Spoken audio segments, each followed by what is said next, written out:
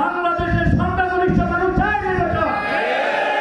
শুধু আপনি চান না, আপনার কি উদ্দেশ্য ওটা জনগণ জানতে চায়। আমাদের সাথে সমস্ত বান্ধব নির্বাচন করার জন্য প্রস্তুত আছে, এবং কোনো দল নাই, শুধু এনসিপি আর জামাতের কিছু অংশ যাচ্ছে, আর সমস্ত এনসিপি জাতীয় নাগরিক কমিটি যেটা এনসিপি বলছেন তাদের কথা তারা বলছেন সংস্কার এবং বিচার।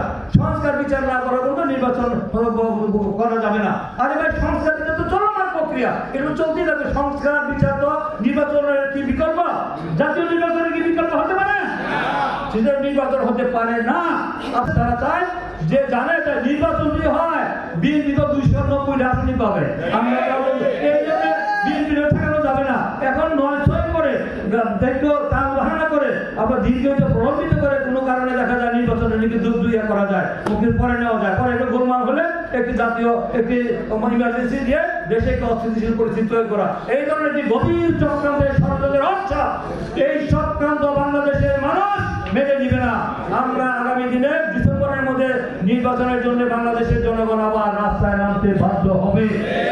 এই সরকারকে আমরা পূর্ণ সমর্থন দিয়েছি, বলছি এটা আমাদেরই সরকার, আমাদেরই সমর্থনের সরকার, এই সরকারকে ব্যর্থ হতে দেওয়া যাবে না। তারেক রহমান একাধিকবার বলেছেন এই সরকারকে, এই অন্তর্বর্তীকালীন সরকার আমাদের আন্দোলনের ফসল, এই সরকারকে ব্যর্থ হতে দেওয়া যাবে না, তার অধীনে নির্বাচন হতে হবে।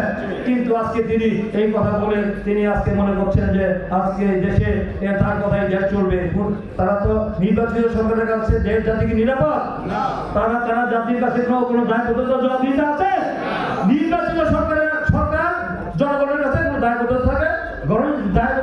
তাদের দায়বদ্ধতা থাকে, জবাবদিহিতা থাকে, দায়বদ্ধতা জবাবদিহিতা থাকে নির্বাচিত সরকারের। কারণ 5 বছর পরে জনগণের কাছে ভোট চাইতে যেতে হবে। কি বলে? ভোট চাইতে যেতে হবে। আর আমূলটা বন্যা করলে তা আমূলের ব্যবস্থা হবে নাকি? আমেরিকাতে পরিণতি এই পরিণতি হবে না। আমরা চাঁদাবাজি করি, মাস্তানি করি, দখলদারিত্ব করি, অপকর্ম করি, আমেরিকার মতো খুন খারাপি করি, তাহলে তো একই অবস্থা হবে।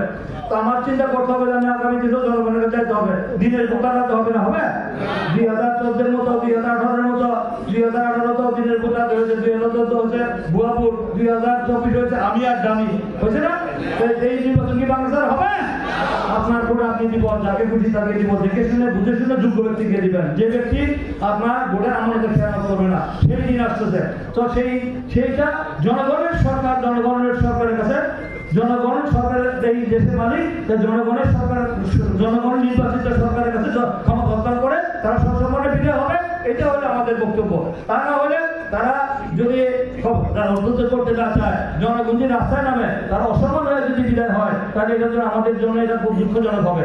আমরা আশা করবো এই ইংলিশ সরকারের শুভবুদ্ধির উদয় হবে, দ্রুত সময়ের মধ্যে ডিসেম্বরের মধ্যে একটি রুটম্যাপ, একটি সুনির্দিষ্ট দিন তারিখ ঘোষণা করবেন, এত তারিখের মধ্যে নির্বাচন হবে। কারণ সমস্ত পরিবেশ, এই যে অস্থিতিশীল পরিবেশ, উত্তেজনা, এই যে দেশে মানুষের মধ্যে যে ক্ষোভ, দুঃখ, বেদনা, দ্রব্যমূল্য অবনতি, বিনিয়োগ হচ্ছে না এবং অর্থনৈতিক সংকট, সব আস্তে আস্তে স্বাভাবিক অবস্থায় ফিরে আসবে।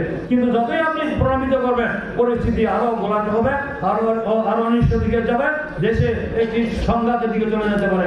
তাই আমি যেখানে এই দেশের জনগণ চাচ্ছে, এই যে সবগুলি রাজনৈতিক দল চাচ্ছে, এই দেশের সেনাবাহিনী চাচ্ছে, সেনাবাহিনীর প্রধান বলছে নির্বাচন হওয়া উচিত ডিসেম্বরের মধ্যে। তারপরে আপনাদের সমস্যাটা কোথায়, এই বিষয়টি জনগণ কিন্তু সন্দেহ চোখে দেখছে। আর কিন্তু তার জন্য ধৈর্য, সংযম, সহনশীলতার ভাব বেড়ে গেলে জনগণকে রাস্তায় নেমে আসবে। আর এই যে উপদেষ্টারা আছে, এই যে জলিল খলিল সাহেব, ওই যে কি নিরাপত্তা উপদেষ্টা, কিন্তু বাংলাদেশের নাগরিক না, বিদেশি নাগরিক। তো তারা আজকে কিভাবে দেশ করেছিল? তারা একটা মামলা খেয়েছে, একটা জেলে গিয়েছে। এই 16 বছর আন্দোলনে তাদের কি ভূমিকা? জনগণের কল্যাণের বিপদ আপদে পাশে দাঁড়িয়েছে, একদিন মিছিল মিটিং সমাবেশ করেছে, একটি মামলা গিয়েছে, একদিন জেলে গিয়েছে। তারা কি বুঝবে জনগণ কি চায়, জনগণের নাচ সেন্টিমেন্ট তারা কি বুঝবে? তাদেরকে দিয়ে কি দেশ চলবে? তারা আজকে যদি আমাদেরকে রাজনৈতিক দল হলো স্টেক হোল্ডার, রাজনৈতিক ব্যক্তিরাই দেশ পরিচালনা করবে।